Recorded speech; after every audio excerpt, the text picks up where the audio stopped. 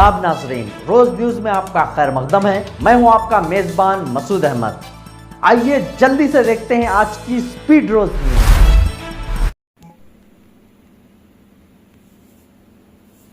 15% आबादी सिफर नुमाइंदगी। तेलंगाना में मुसलमानों के साथ कांग्रेस का सियासी धोखा। शेख अब्दुल्ला सुहेल का बयान।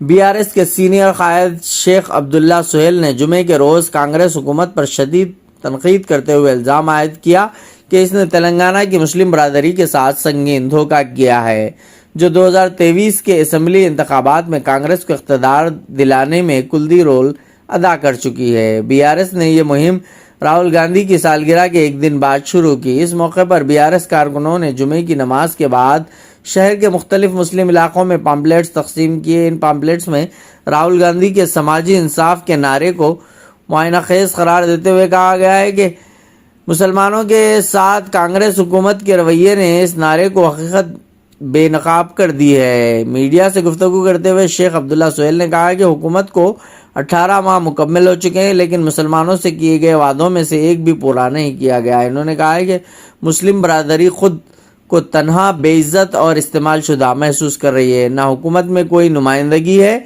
ना फलाही स्कीमों की फराहमी और ना ही शिनाख्त व सकाफत को इज्जत दी गई है। इन्होंने कहा है कि 1952 के बाद ये पहला मौका है जब मुसलमानों को तेलंगाना काबीना से मुकम्मल तौर पर बाहर रखा गया है।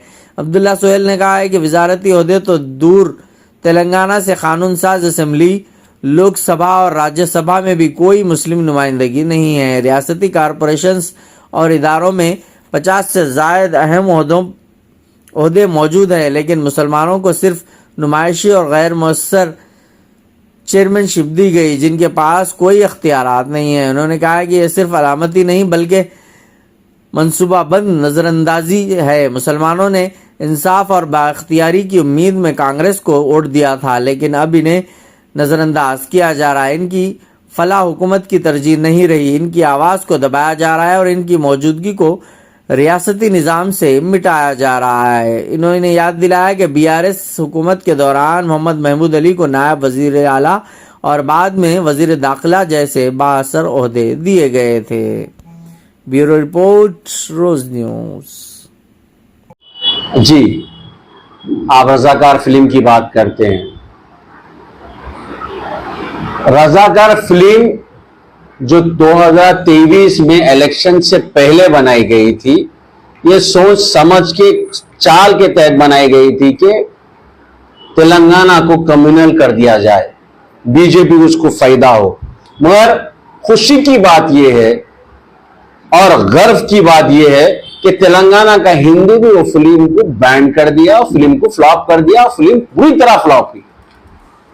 मगर अफसोस इंडस्ट्री पे होता है, जिसके नाम से गदर साहब के नाम से जो अवार्ड रखे थे, गदर साहब एक मशहूर हस्ती, एक सेकुलर हस्ती, एक बहुत ही हम्बल हस्ती, रेस्पेक्टेड हस्ती के नाम से जब आप एक कैटेगरी बनाते हैं अवार्ड की और उनके नाम से आप एक ऐसा film best history film award जो देते हैं, वो मैं समझता हूं बहुत गलत है।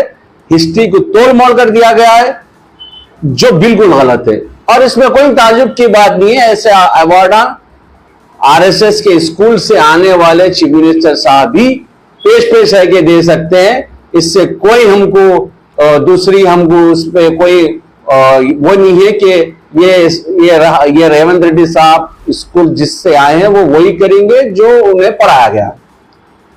अब तेलंगाना के कांग्रेस के मुसलमानों की बात है और तेलंगाना स्टेट के माइनॉरिटीज की बात है, सेकुलर और की बात है, गंगा जमुना तहजीब को मानने वालों की बात है कि वो आने वाले दिनों में आरएसएस के स्टूडेंट के साथ क्या करेंगे, ये देखने की बात रहेगी। न्यूज में बस इतना ही, मिलते हैं अगली न्यूज में।